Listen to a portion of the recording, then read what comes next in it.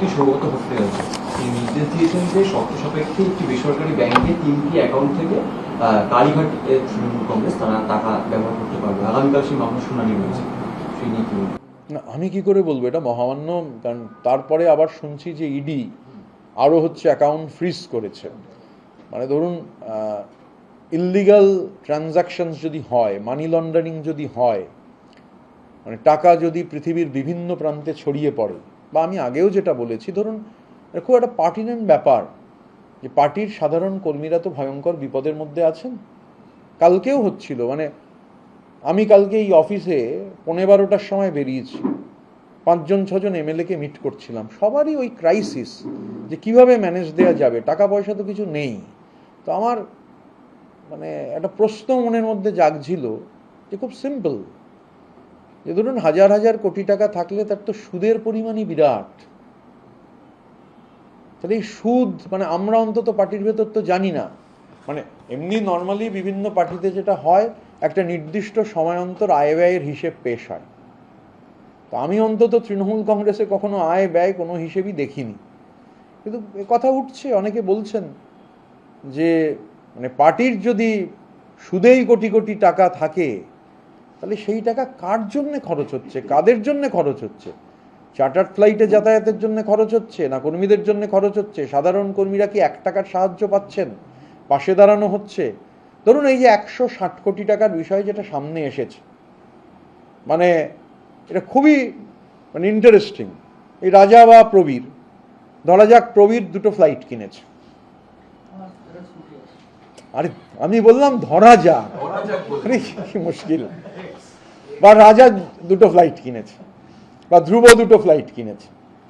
তো স্বাভাবিকভাবে কিনলো। এবার আমি তারপর দেখা গেল আমার অ্যাকাউন্ট থেকে প্রবীরকে ফ্লাইট 2টো পেমেন্ট করে দিলাম। ফ্লাইট প্রবীরের, কিন্তু পয়সা দিয়েছি আমি। আবার রাজার ফ্লাইটটা রাজার, পয়সা দিয়েছি আমি। তারপর প্রত্যেক মাসে ওই ফ্লাইট আমি চড়ছি, প্রবীর চড়ছে না, রাজাও চড়ছে না। কিন্তু এই যে আমি চড়ছি, তার জন্য আমি প্রবীরকে আর রাজাকে ভাড়া দিয়ে যাচ্ছি। এটা বলা হচ্ছে, মানে আমি তো ইকোনমিক্সের লোক নই, আমার এক বন্ধু লন্ডন স্কুল অফ ইকোনমিক্সের মালায়ালি বন্ধু আচ্ছা, ও লন্ডন স্কুল অফ ইকোনমিক্সে আমার এক বন্ধু, মালায়ালি বন্ধু, গতকাল আমাকে বলছিলেন যে মানি লন্ডারিং এর বহু মানে কেসেস থাকে, টেস্ট কেসেস যাকে বলে, পড়ানো হয়। তো বলছি এটা নিশ্চিতভাবে পড়ানো হবে, মানে হয়তো চ্যাপ্টারের নাম হবে চার্টার্ড কপ্টার চ্যাপ্টার। তো স্বাভাবিকভাবে মানে ইন্টারেস্টিং হচ্ছে, এবং কলকাতার একটা ছোট্ট ঘর থেকে গোটাটা অপারেট হচ্ছে। সেই কোথায় কেমেন আইল্যান্ড, সেখানে টাকা চলে যাচ্ছে, আরও কত অলরেডি গেছে কেউ জানে না। এইসব নাম, কেমেন আইল্যান্ডসটা তো ঠিক আছে, পাবলিক ডোমেনে থাকা নাম। ক্যারিবিয়ান দ্বীপপুঞ্জের এমন ছোট ছোট নাম আছে, লোকে জানে না। এই ভানুয়াতুতু কি বিনয় মিশ্র না গেলে জানতে পারতো নাকি? জানতো না। শেল কোম্পানিজ খুব নর্মাল, শেল কোম্পানিজ লোকে ওয়াকিবহাল। কিন্তু এই যে মানি লন্ডারিংয়ের নিউ ভিস্টা যেটা ওপেন আপ করেছেন, দেখুন আমাদের বাঙালিদের কাছে আমরা খুব গর্বের সঙ্গে আচার্য, মানে বিখ্যাত বিজ্ঞানী আর কি, সত্যেন্দ্রনাথ বসু নোবেল পাননি, এটা বাঙালির দুর্ভাগ্য। মানে আমি বিজ্ঞানের ছাত্র নই, কিন্তু আমার সাউথ পয়েন্ট স্কুলের আমাদের যে গ্রুপ আছে, সেই গ্রুপে এরকম যারা এই নিয়ে চর্চা করেন, বাইরে আছেন, তাদের মধ্যে একজন আমায় বলছিলেন যে বাঙালির কি চরম দুর্ভাগ্য যে সত্যেন্দ্রনাথ বসু হচ্ছেন, তিনি নোবেল পুরস্কার পাননি।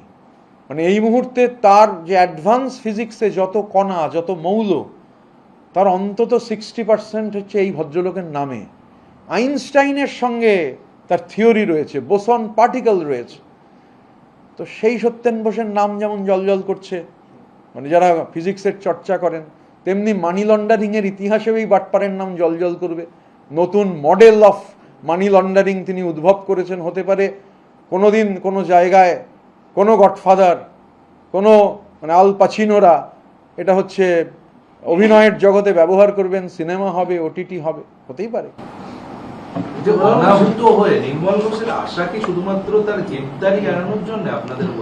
দেখুন আমি কালকে বাধ্য হয়ে তারপর দুজন সিনিয়র সাংবাদিক, দুজনেই আমার বহু পূর্ব পরিচিত, আমি যখন শুনলাম, আমি তখন মানে আমি যেহেতু একাধিক এমএলএদের সঙ্গে বসবো বলে চলে এসেছিলাম, আমি তখন তাদের দুজনকে ডেকে বাইট দিলাম, এবং তারপর আমাদের অফিসের থেকেও বাইটটাকে করে আমাদের মিডিয়া গ্রুপে দিয়ে দেয়া হলো।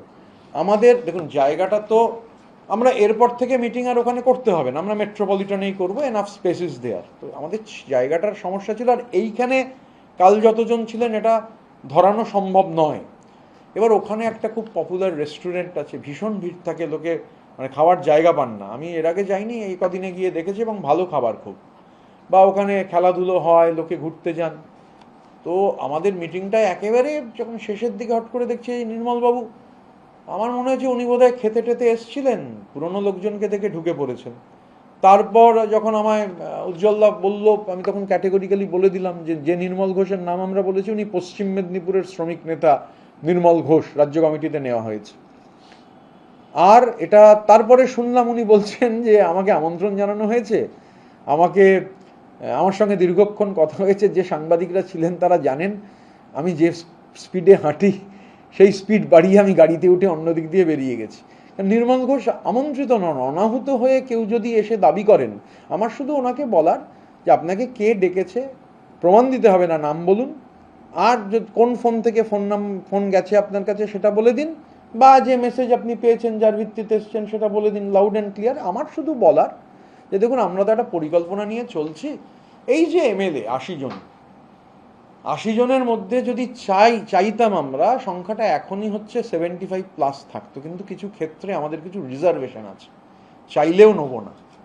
তো স্বাভাবিকভাবে নির্মল ঘোষের ক্ষেত্রে রিজার্ভেশন আছে। নির্মল ঘোষ আমাদের স্কিম অফ থিংসের দূর দূরান্ত পর্যন্ত কোনো সম্পর্ক নেই।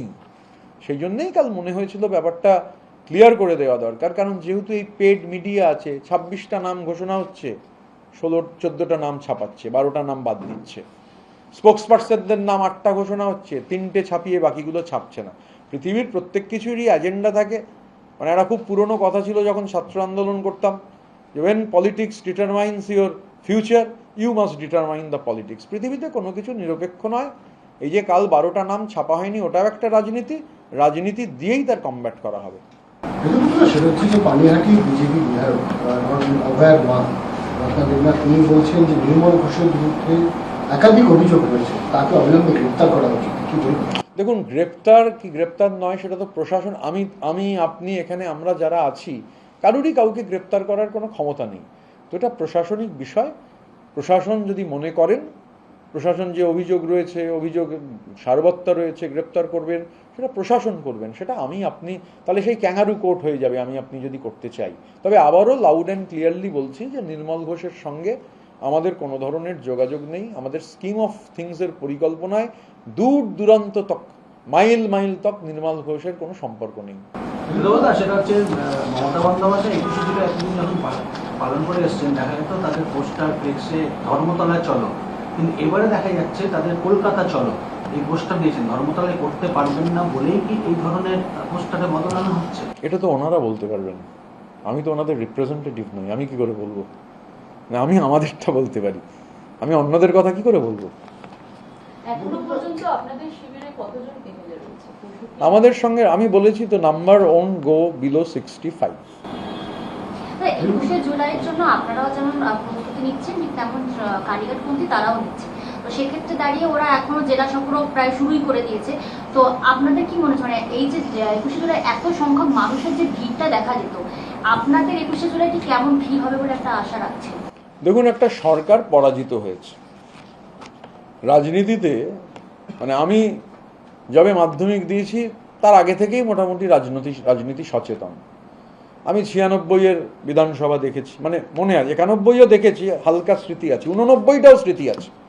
সন্তোষ ভট্টাচার্যের নাম 8B বাস স্ট্যান্ডে, একই দেওয়ালে মালিনী ভট্টাচার্যের নাম, একই দেওয়ালে বুদ্ধদেব ভট্টাচার্যের নাম।